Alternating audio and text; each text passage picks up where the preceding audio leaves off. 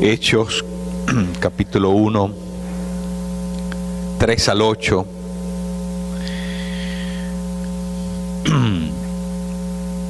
Gloria a Jesús. Mire, hay algo interesante.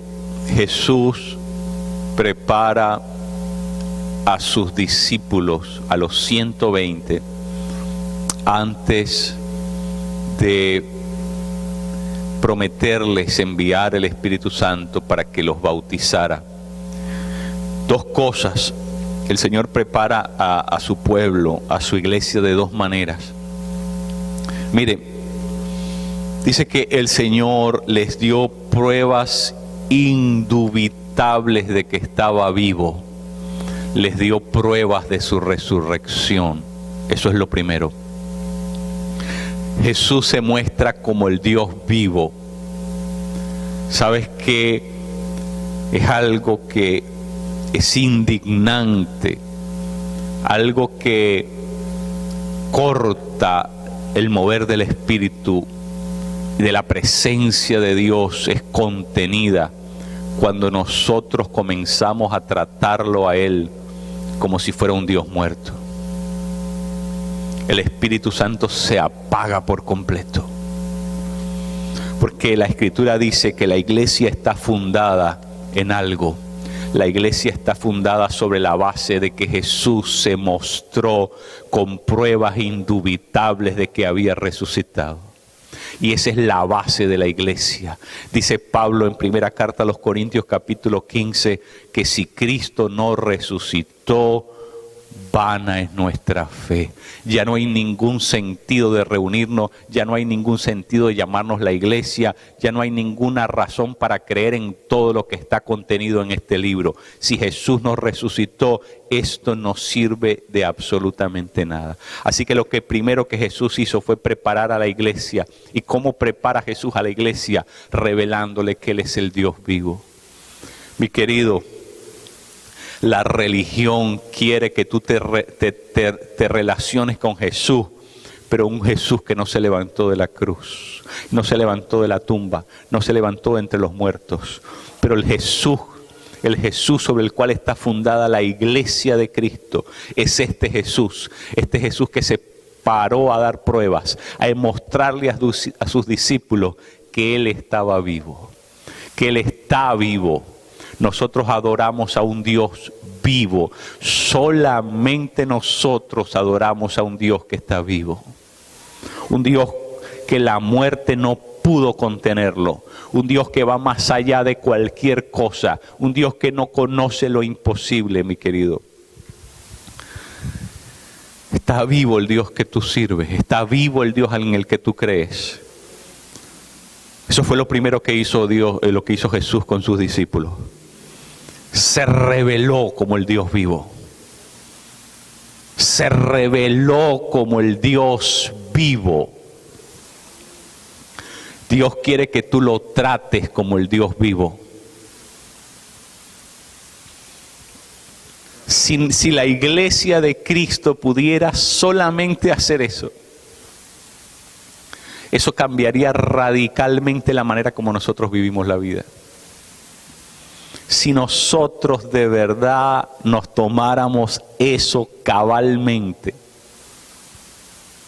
Ahora, ¿sabe por qué los discípulos salieron como locos por el mundo a predicar la verdad de Dios? Porque sabían que servían a un Dios vivo. Juan en la primera carta dice: de lo que oímos, de lo que tocamos, de eso le hablamos. Porque para Juan Jesús no era un Dios muerto, era el que habían oído, al que habían visto y al que habían tocado. La fe cristiana está basada sobre una experiencia y la fe cristiana está basada sobre un milagro. Si nosotros no podemos creer en el Dios vivo, cerramos la puerta a los milagros, cerramos la puerta a lo sobrenatural, porque la fe cristiana está fundada sobre milagro. El gran milagro de la resurrección, donde el poder de Dios se manifestó sobre cualquier otra ley natural. El ser humano puede inventar cualquier cosa, pero el ser humano no puede resucitar a una persona que ya se murió. Eso solamente lo puede hacer el Dios vivo, el que tiene la vida, el que imparte la vida, el que administra la vida. Solamente Él puede hacerlo. Lo primero que Jesús hizo fue mostrarse vivo. Querido, mi querido, si usted y yo entendiéramos que tenemos un Dios vivo, Él está vivo, es una persona viva, dinámica, activa. La religión lo ha convertido en una caricatura, pero nosotros tenemos este Dios, el que se levantó de la tumba, el que se mostró delante de sus discípulos, el que le dejó a Tomás tocar sus heridas, el que comió delante de ellos. Jesús de Nazaret está vivo, mi querido. Eso es lo primero que Jesús hace, darle pruebas contundentes. ¿Sabe por qué? Porque cuando a usted le queda un poquito de duda, un ápice de duda, se comienza a comer. La duda es como un gusanito. La duda es un gusanito que se come la fe. Y cuando esa duda comienza a comer, usted no ve que un solo gusanito, usted lo deja una noche encima de una matica y el día siguiente no consigue la matica. El gusanito se la comió toda. Así es la duda. Por eso Jesús le dio pruebas indubitables. ¿Qué significa indubitable? Que no pueden ser dudadas. Pruebas fehacientes, pruebas concretas, pruebas bien nítidas, para que no quedara en ellos ni siquiera una molécula de duda. Jesús lo primero que hace es asegurarse que los discípulos entiendan que Él es el Dios vivo. Sobre eso está basada nuestra fe. Sobre eso está basada nuestra fe, mi querido. En el hecho de que Él es el Dios resucitado. Él es el Dios que vive eternamente y por siempre. Ahora, lo segundo que hace Jesús, mire lo que dice el texto. Capítulo 4, ese es el capítulo 3, el verso 3, perdón. Se les presentó con pruebas indubitables. Pero el capítulo 4 dice que por 40 días les habló del reino de Dios. Dos cosas hizo Jesús antes de ascender al cielo. Dos cosas hizo Jesús antes que la iglesia echara a andar. Antes que la iglesia se pusiera en movimiento. Antes que viniera el bautizo que empujó, impulsó a la iglesia por el mundo. Dos cosas hizo Jesús. La primera es que Jesús se mostró como el Dios vivo. Pero lo segundo es que Jesús les insistió en lo único que les había enseñado durante 3 años. En otras palabras, Jesús no les cambió el temario, Jesús les reforzó la enseñanza. O sea, el mensaje del reino de Dios es tan importante para la vida de la iglesia, que Jesús no le bastó, para Él no fue suficiente que por 3 años les hablara continua, ininterrumpida y de manera reticente sobre el reino de Dios. 3 años les habló de las parábolas del reino, 3 años les explicó lo que significaba el reino, 3 años les mostró nítidamente lo que era el reino, porque Jesús mismo es el reino encarnado de Dios. Ahora, no conforme con esos 3 años intensos de hablarles una y otra vez, día tras día del reino, los últimos 40 días que iba a pasar con sus discípulos en la tierra, no les quiso hablar de otra cosa. Les volvió a hablar del reino. Mi querido, una cosa es, ¿verdad?, insistir, pero cuando usted enfatiza algo tanto, creo que no hay la menor posibilidad de que nosotros nos podamos extraviar de lo que Jesús está tratando de hacer aquí. Jesús está tratando de hacer dos cosas. Está poniendo los fundamentos sobre los cuales tiene que vivir la iglesia. Porque Jesús sabía que ya Él no iba a estar más con los discípulos, ya Él no iba a estar más con los que habían creído, ya Él no iba a estar con esa iglesia incipiente, esa iglesia que apenas estaba dando sus primeros pasos, esa iglesia que apenas se iba a estrenar, esa iglesia que iba a ser inaugurada en el Pentecostés unos días después. 10 días después, para ser exacto, de la ascensión del Señor Jesucristo, viene con poder el Espíritu Santo sobre la iglesia. Así que Jesús sabía que Él no iba a estar más con los discípulos. Y por eso les puso los rieles. Estos son los rieles sobre los cuales se mueve la iglesia. No se necesita uno solo, se necesitan 2 rieles. Esos son los rieles sobre los que se mueve la iglesia de Cristo. Uno, que nosotros creemos en el poder de la resurrección. Nosotros sabemos que Jesús resucitó. Y cuando declaramos que Jesús resucitó, lo que estamos declarando es que el imperio de la muerte, el imperio del mal, el imperio del pecado, el imperio de Satanás fue destruido en la cruz, fue destruido en la resurrección, y por lo tanto la iglesia es victoriosa. La iglesia se levanta con poder. Eso es lo que significa la resurrección. La resurrección significa que ya no hay imposible. La resurrección significa que nada puede detener el poder de Dios. La resurrección significa que todo lo que está en esta palabra se va a cumplir cabalmente. Porque Él es la resurrección y la vida.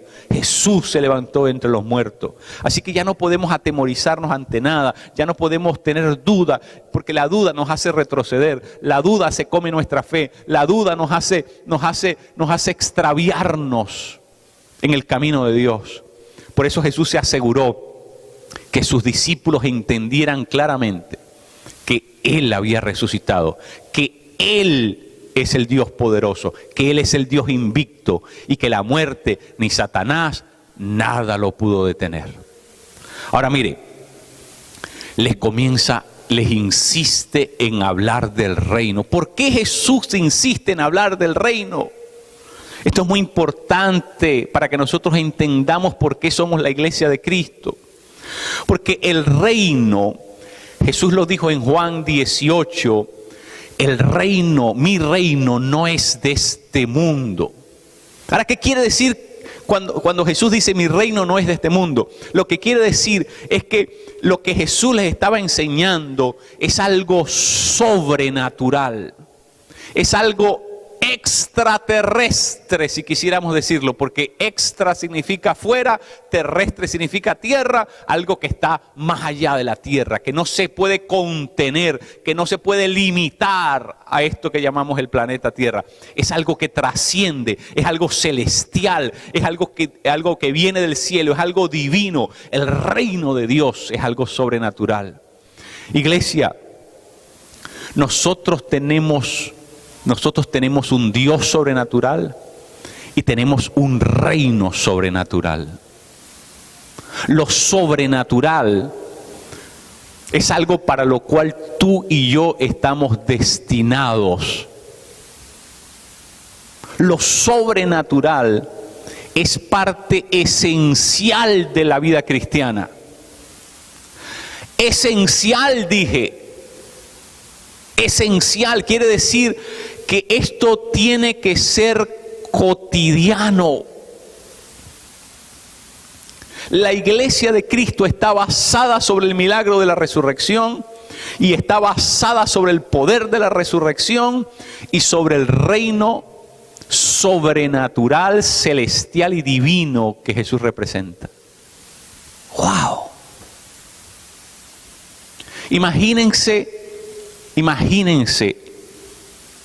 lo que esta enseñanza representaba para la iglesia naciente, para la iglesia primitiva. Saber que Dios, el Dios de ellos, está vivo. ¿Quién puede adorar con tal certeza? ¿Quién puede adorar con tal certeza sin saber que su Dios está vivo? Usted, me imagino que una persona que se postra ante una imagen, ante una esfinge, Yo nunca lo he hecho, pero me imagino que esa persona en algún momento se le tiene que pasar por la cabeza, y este pedazo de cosa me estará oyendo, esto de verdad trabaja, esto será de verdad. O sea, me imagino que eso es lo que la persona, pero después que usted vio a Jesús resucitar y lo tocó, ¿usted cree que usted puede tener ese mismo pensamiento? Ellos estaban adorando al Dios vivo. Mire, mi querido, esta mañana, hace apenas unos minutos, ¿sabe por qué le dije, cállese, haga silencio, espere? ¿Sabe por qué? Porque yo sentí que una presencia, que una persona entró en este sitio, que yo no la pude escuchar de ninguna otra manera. Espiritualmente yo sabía que una presencia, la presencia de Jesús, había entrado físicamente a este lugar. ¿Y sabe por qué? Yo le digo, Señor, ¿por qué? El Señor quiere confirmar este mensaje, que nosotros entendamos que nosotros tenemos un Dios vivo. Porque si usted y yo no nos convencemos de eso, no podemos ser cabalmente la iglesia de Cristo con todas sus letras. Vamos a hacer una iglesia venida menos, vamos a hacer una iglesia devaluada, vamos a hacer una iglesia incolora, inolora e insulsa. Una iglesia que no sirve para nada, sino para ser pisoteada, para ser hollada por los hombres. Mi querido, en estos tiempos Dios está restaurando la iglesia. Dios está restaurando el poder de la iglesia. Dios está restaurando la capacidad de la iglesia para predicar el reino de Dios. ¿Sabe una cosa, mi querido? El reino de Dios no se puede predicar sin que el reino de Dios venga acompañado con señales y milagros. ¿Sabe por qué? Porque el reino de Dios es el reino poderoso de Dios, es el reino sobrenatural, es lo que acompaña la gloria de Dios. Y donde la gloria de Dios llega, la gloria de Dios transforma todo lo que está a su paso. ¿Y sabe qué, mi querido? Yo me he convencido de que yo quiero un evangelio completo. ¿Sabe por qué? Porque yo descubrí que Jesús pagó por todo completo. Y si Él pagó por todo, ¿por qué yo me voy a conformar con que me den la mitad nada más? Yo quiero el evangelio del reino. Usted sabe que aquí en el Nuevo Testamento el evangelio no se llama el evangelio a secas. Se llama el evangelio del reino de Dios. Ese evangelio no es solamente un mensaje bonito, un mensaje cándido, un mensaje, ¿verdad?, esperanzador, un mensaje de optimismo. No, es un mensaje que tiene que venir acompañado siempre con el poder de Dios. Mire, ¿sabe lo que dice la palabra en Marcos capítulo 16? Venga rapidísimo, Marcos capítulo 16. Vaya al último versículo de Marcos 16. Mire lo que dice tan lindo. Mientras la iglesia, mientras los discípulos, los apóstoles predicaban el evangelio, ¿qué cosa comenzó a pasar? Alguien que lo lea en voz alta, por favor, para todos.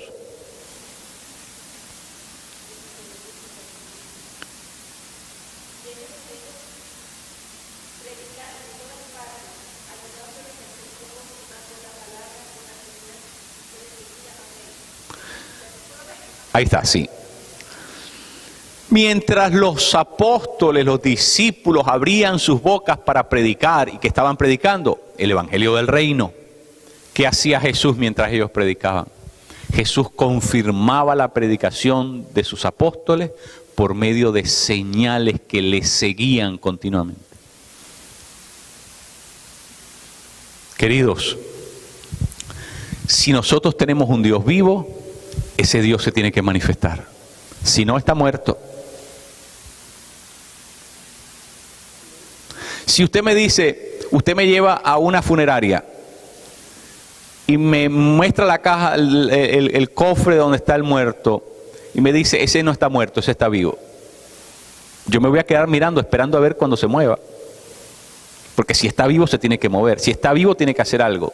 Si está vivo tiene que respirar, tiene que tener señales de vida, tiene que tener signos vitales. Si tú me dices que ese que está ahí tirado encima de eso está vivo, yo voy a tener la expectativa de ver que ese vivo comienza a moverse. Porque si no se mueve, entonces está muerto. Lo que quiero decir, mi querido, con esto, es que si tú crees que Dios, el Dios tuyo, está vivo, ¿tienes tú la expectativa de que se mueva en tu vida? ¿Tienes tú la expectativa de que comiencen a pasar cosas sobrenaturales? ¿Tienes tú la expectativa de verlo hacer algo? Porque tú no puedes declarar que está vivo y tratarlo como si está muerto. Eso fue algo que la iglesia primitiva debió entenderlo muy bien. Que si está vivo, va a seguir estando vivo. Y si está vivo, se tiene que manifestar. Mis queridos, si tú dices que está vivo, tienes que buscar esa manifestación. Porque si tú dices que está vivo y tú nunca lo has visto moverse, si tú dices que está vivo y tú nunca lo has visto manifestarse, ¿hay un problema con el mensaje o hay un problema contigo? ¿Sabes qué? Yo me indigné un día, mis queridos, y dije, Señor,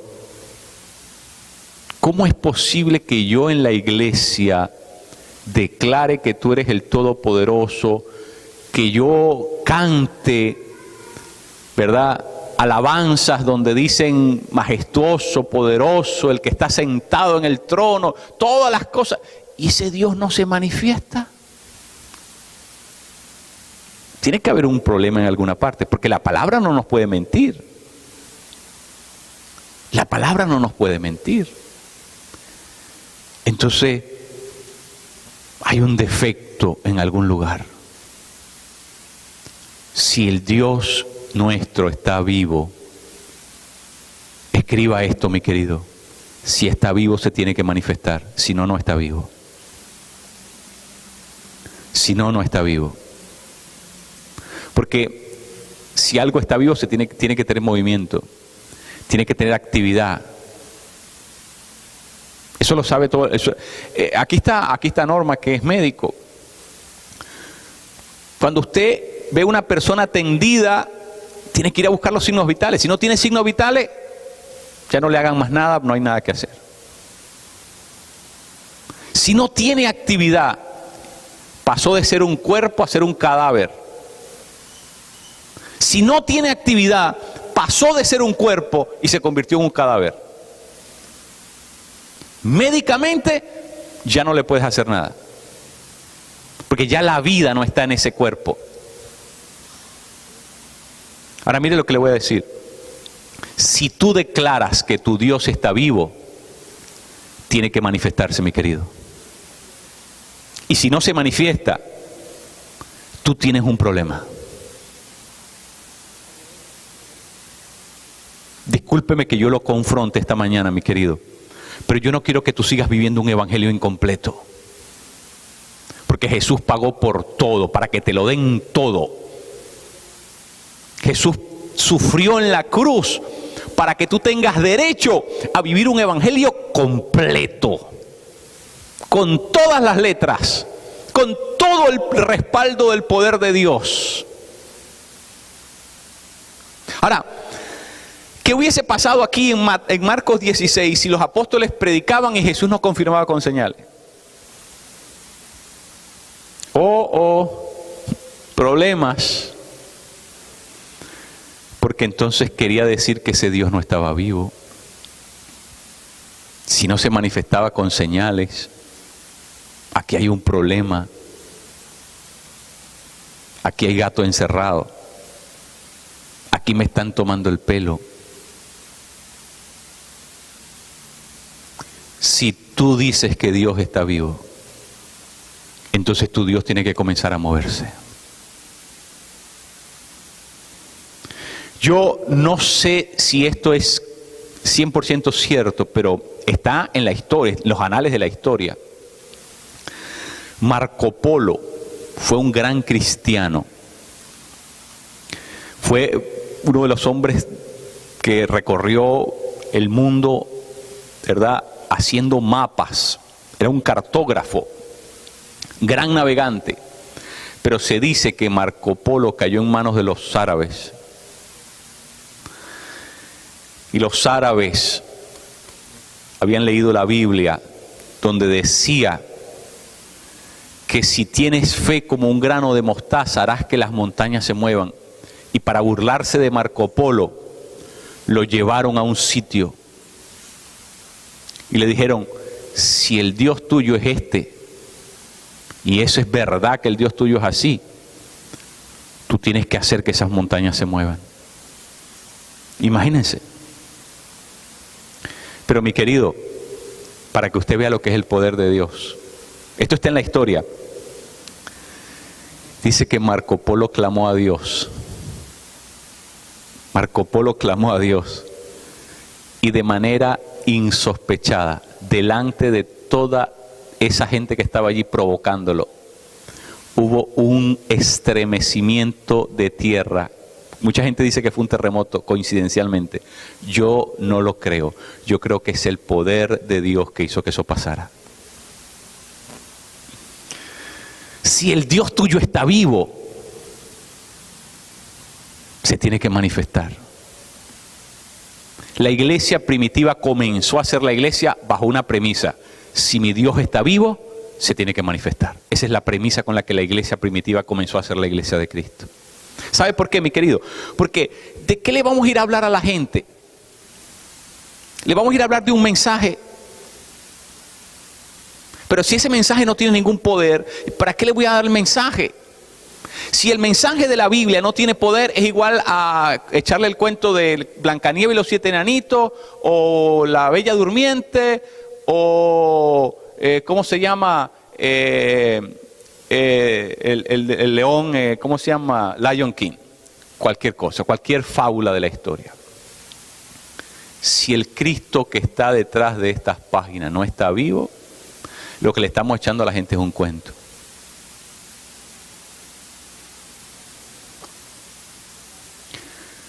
La iglesia sabía que Jesús se había levantado entre los muertos. Habían visto las pruebas indubitables. No les quedaba un ápice de duda. Por eso comenzaron con denuedo, con audacia, con tenacidad, con osadía. Comenzaron a levantar su voz en alto y a decir: el Cristo que ustedes mataron se levantó de entre los muertos. Esa es la predicación de Pedro a los judíos que estaban reunidos allí. El Cristo que ustedes mataron se levantó de entre los muertos. Y comenzaron a arrestarlos y comenzaron a callarle la boca, a silenciarlos, a amordazarlos. Y los apóstoles le dijeron: ¿qué vamos a hacer? ¿Es justo que nosotros nos sometamos a ustedes o nos sometamos al Dios que vimos resucitar? Tan locos si creen que nos vamos a sujetar a ustedes. Nosotros tenemos un mensaje que no es una fábula, que no es una historieta, que no es un cuento. Nosotros tenemos un mensaje que es verdad, porque el mensaje nuestro somos nosotros mismos que hemos recibido el poder de Dios en nuestra vida. Qué cosa tremenda. Por eso Pablo, primera carta de los Corintios, dice: cuando fui a ustedes, fui con mucho miedo, con mucho temor. Y no quise hablarles con palabras persuasivas de vana sabiduría.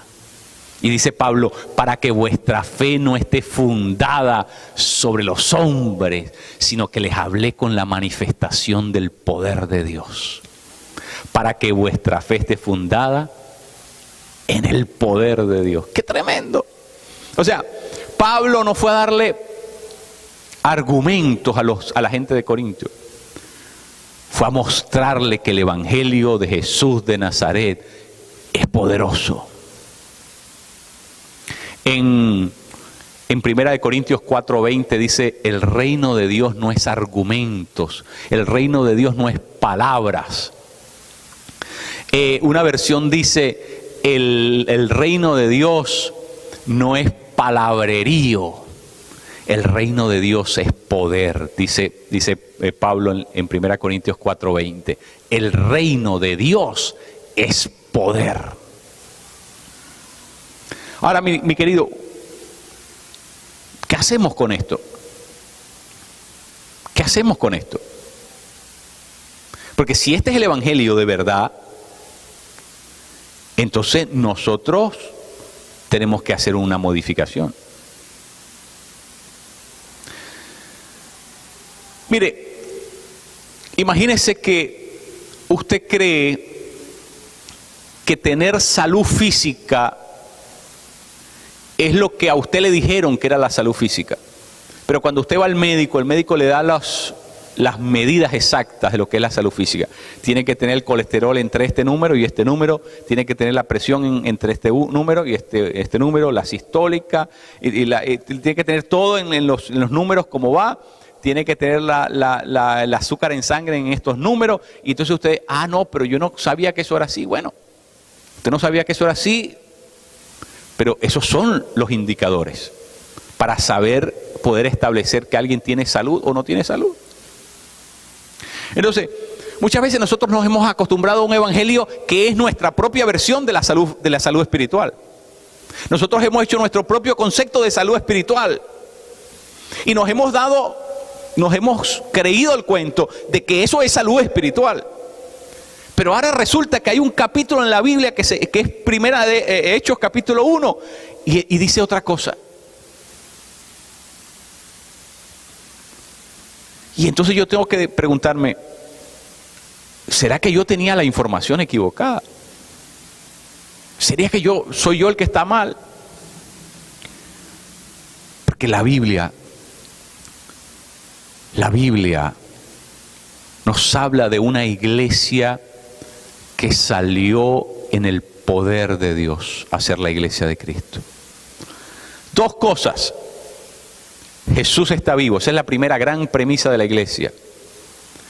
Y el reino de Dios es poder. Esas son las dos cosas sobre las cuales la iglesia comienza a moverse. Miren, el reino es el gobierno de Dios. Y lo que nosotros estamos predicando es el gobierno de Dios. Nosotros no estamos predicando una religión apestosa. Nosotros no estamos proclamando una religión porque nosotros no tenemos un gurú, nosotros no tenemos un iluminado, nosotros no tenemos un aparecido, ni nada de eso. Nosotros tenemos un rey. Jesús es rey. Jesús es el que gobierna, es el Señor de la historia. Él es el Rey soberano. Él es el Kyrios. Por lo tanto, cuando nosotros predicamos el reino de Dios, nosotros estamos anunciando que Dios gobierna. ¿Sabe lo que quiere decir esto en resumen? Que Jesús, antes de enviar sobre ellos el Espíritu Santo, el bautismo del Espíritu Santo, se aseguró que los discípulos entendieran esto. Se lo voy a resumir. Dios vive y reina. En eso se resume lo que la iglesia primitiva manejó como su premisa básica, como su presupuesto básico. Dios vive y Dios reina. Así que cuando usted tiene esas dos cosas en la mente, no importa que usted sepa mucha teología o sepa poca teología, no importa. Si usted tiene esas dos premisas en la mente, mi Dios está vivo y mi Dios es el que gobierna esta cosa. Usted tiene que tener una actitud diferente ante los problemas. Usted tiene que tener una actitud diferente ante las enfermedades. Usted tiene que tener una actitud diferente ante los demonios. Una actitud diferente ante las tinieblas, ante la oscuridad. Usted tiene que tener una actitud diferente ante la vida. Si esa es la premisa sobre la cual se fundó la iglesia primitiva, es lógico que estaban apasionados por predicar, por anunciar y por llegar a latitudes insólitas.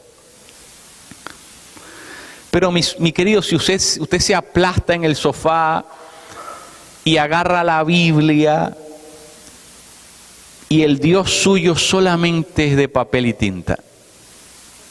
Y usted no tiene la expectativa de que ese Dios irrumpe, de que ese Dios actúa, de que ese Dios está vivo. ¿Sabe lo que va a pasar? Usted se va a llenar de doctrina y de textos bíblicos y se va a llenar de un montón de información, pero ese Dios no se va a manifestar nunca por la puerta de tu casa. Vas a ver a tus propios hijos, como pasa en muchísimas familias cristianas, sus propios hijos arruinados, en miseria espiritual, haciendo lo que es la voluntad del enemigo en vez de hacer la voluntad de Dios. ¿Sabe por qué, mi querido? Porque una cosa es la teoría, pero hay un momento que tú tienes que decir, espérate, yo tengo un Dios vivo y yo tengo un Dios que reina. El que reina no es Satanás, Él es el impostor. Yo tengo uno que sí reina, el Todopoderoso. Y entonces tienes que cambiar tu mentalidad. Entonces, mire, mi querido, la iglesia, por eso es que la iglesia primitiva estaba enloquecida con las cosas de Dios. Porque podía ver otra cosa. Porque cuando nuestras premisas son las equivocadas, obviamente nuestra conducta termina por ser equivocada.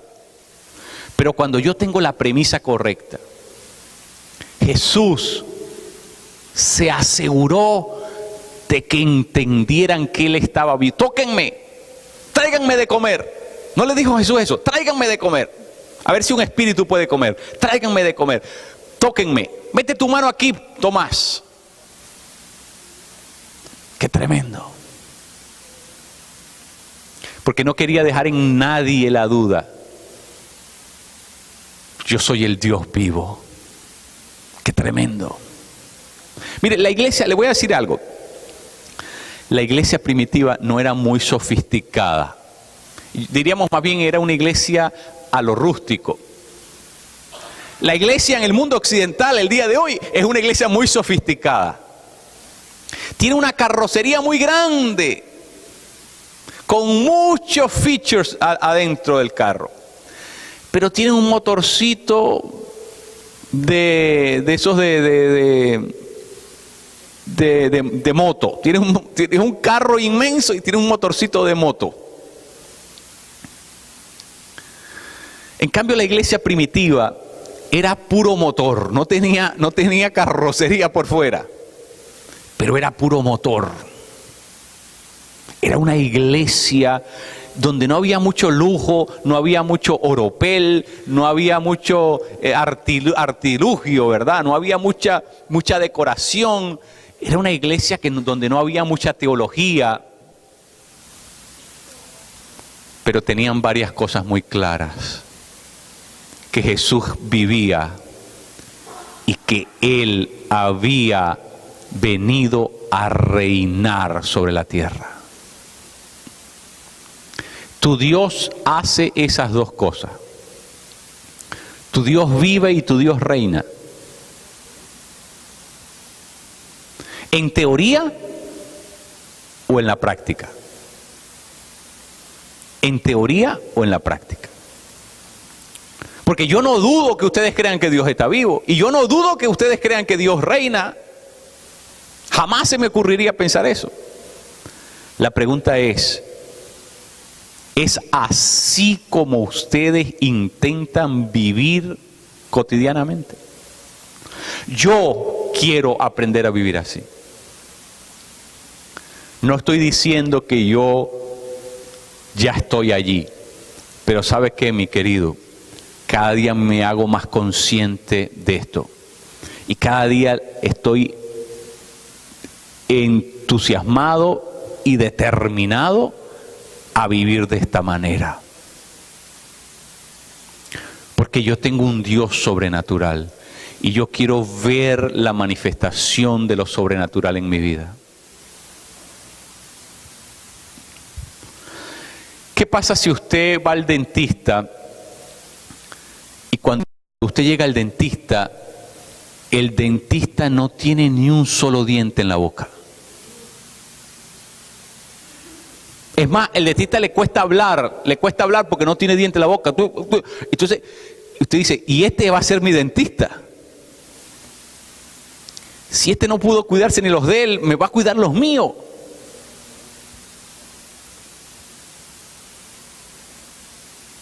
Ahora, ¿sí me entiende lo que le quiero decir?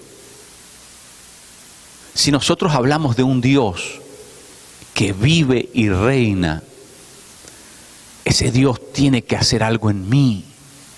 Yo tengo que ser el vivo ejemplo de que ese Dios es poderoso.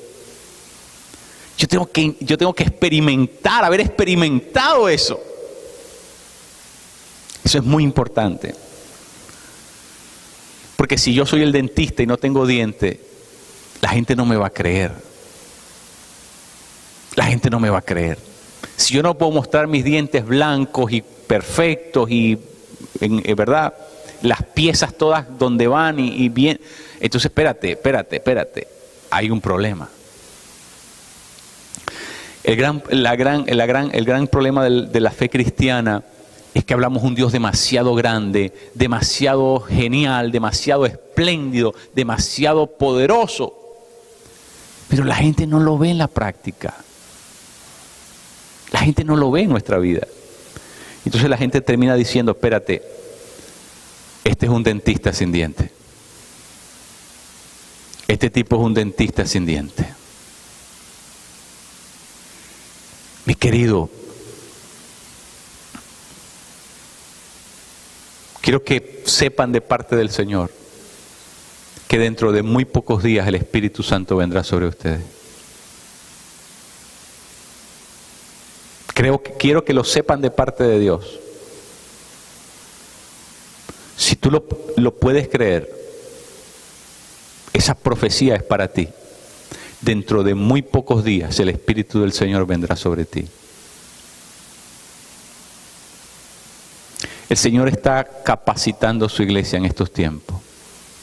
Porque el Señor va a llevar a su iglesia a una potencia, a una repotenciación extrema. Porque estamos entrando en tiempos muy malos. Porque el desenlace final de la historia humana se acerca. Y la iglesia se va a enfrentar con un ejército demoníaco que nunca habíamos visto. Pero Dios no nos va a dejar con menos armamentos. Dios no nos va a dejar en desventaja. Dios va a derramar su espíritu en esta generación. Y por eso yo te digo en esta mañana, mi querido, dentro de muy pocos días, el Espíritu del Señor vendrá sobre ti. El Espíritu del Señor va a venir sobre tu vida.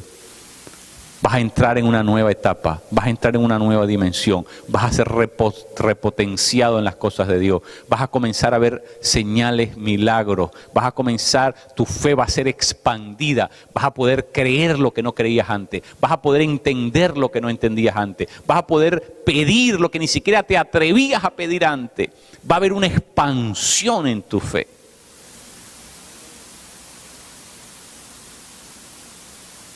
El Señor en estos días me ha hecho caminar, no literalmente, me ha hecho caminar entre las aguas. ¿Por qué lo digo? No porque yo haya llenado la bañadera y me haya puesto a caminar sobre las aguas. Estoy practicando, ¿no? Pero me ha hecho caminar sobre las aguas porque Pedro caminó en medio de una tormenta, pisó sobre las aguas. Este es un tiempo tormentoso para mi vida como pastor. Pero Dios me ha concedido una paz sobrenatural. Y Dios me ha concedido la certeza de que su Espíritu Santo viene sobre la iglesia. Y eso es la única cosa que me ha traído calma. Esa es la única cosa que me ha traído tranquilidad en mi espíritu. Saber que el Espíritu Santo está a las puertas. Que estamos en los umbrales de ver un derramamiento del Espíritu maravilloso. Y si no tuviera la certeza, no se lo dijera, mi querido. El Señor me ha dado una paz sobrenatural. Porque yo estoy muy inquieto con la vida de la iglesia. Estoy muy inquieto. O estuve muy inquieto. Pero ya no tengo ese problema. Estoy esperando el derramamiento sobrenatural del Espíritu Santo. ¿Sabe por qué, mi querido? Porque tuve que poner todos los huevos en una sola canasta. Tuve que ponerlo todo en una sola cosa. Tuve que decirle, Señor, no creo en método, no creo en hombre, no creo en dinero, no creo en denominación, no creo en nada, solo creo en el Espíritu Santo. No creo en nada. Ya no voy a esperar en ninguna otra cosa, ni en ninguna otra persona, ni en ningún nada. Solamente cuento con el Espíritu Santo. Así que, mi querido, váyase a la casa, pero llévese esa pregunta. ¿Cómo es mi Dios? ¿Es el Dios que vive y reina? Porque si tu Dios es el que vive y reina, eso va a comenzar entonces a producir una explosión dentro de ti. Yo creo en el Dios que vive y reina. Yo creo en el Dios que vive y reina. Y quiero verlo vivo, actuar, y quiero que reine sobre mi vida y sobre la vida de la iglesia, y quiero que venga a traer ese reino, y yo quiero experimentar la gloria de Dios, no cuando esté en, ¿verdad? Cuando pertenezca a la iglesia triunfante. La iglesia triunfante es lo que ya se fueron. No, yo quiero ser de la iglesia gloriosa, la que vea aquí la manifestación poderosa de la gloria de Dios. Dios es maravilloso. No te conformes con ir al cielo. Fíjense, ir al cielo no es lo más maravilloso. Muchas veces pensamos que ir al cielo, no, ir al cielo es una consecuencia. Lo maravilloso es que nosotros le podamos colaborar a Dios en lo que Dios está haciendo. Que Él nos dé el privilegio de participar con Él en lo que Él hace. Dios quiere que tú te envuelvas aquí en la tierra en la manifestación de las señales gloriosas de su reino. Y si tú puedes comenzar con esto, a creer, a reafirmar en tu vida que Él vive y reina, eso va a producir una explosión en tu vida interna, que va a cambiar radicalmente las cosas. No te conformes con menos. No te conformes con un Dios de segunda categoría. No te conformes con un Cristo venido a menos. No te conformes con el Cristo que no se levantó de los muertos. Tú tienes un Cristo diferente, Cristo poderoso, Cristo que puede cambiar las circunstancias, un Cristo que te va a equipar. Dios sabe que nosotros no podemos hacer nada. Y eso es lo bueno, cuando nosotros llegamos a la conclusión de que yo no puedo hacer nada. Porque en ese momento, el único que puede hacer las cosas a través de nosotros es Dios. Entonces comenzamos a contar con los recursos de Dios, comenzamos a contar con el poder de Dios y comenzamos a contar con lo que Dios quiere hacer. Y entonces las cosas comienzan a cambiar porque ya yo me quito del medio. ¿Y sabe qué, mi querido? Descubro que la única cosa que yo era para Dios era un estorbo. Pero en el momento que le digo, ¿sabes qué? Yo no puedo. Y entonces Dios dice, yo estaba esperando este momento, muchacho. Si eso es lo que yo quería, que tú reconocieras que tú no puedes. Porque ahora tú me das la oportunidad para que yo pueda hacer lo que tú no puedes hacer. Y sabes que Dios se va a manifestar en tu vida. Dios se va a manifestar en la vida de tus hijos. Dios se va a manifestar en tus negocios. Dios se va a manifestar en todas las cosas. Porque Dios lo quiere hacer. Porque Dios lo quiere hacer.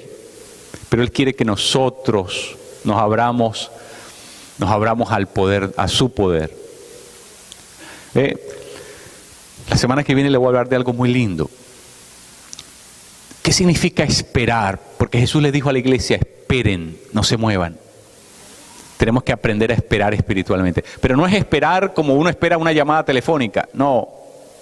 Esperar en el Espíritu significa otra cosa.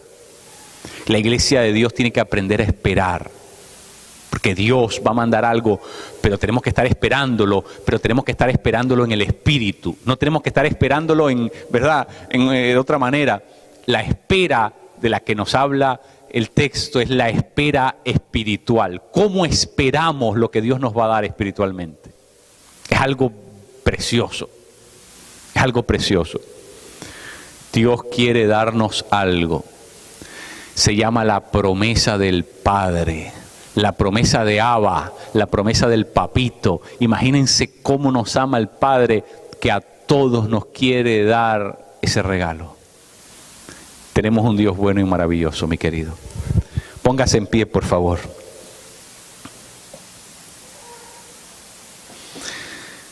Ve a donde está tu hermano y dile: yo tengo un Dios que vive y reina.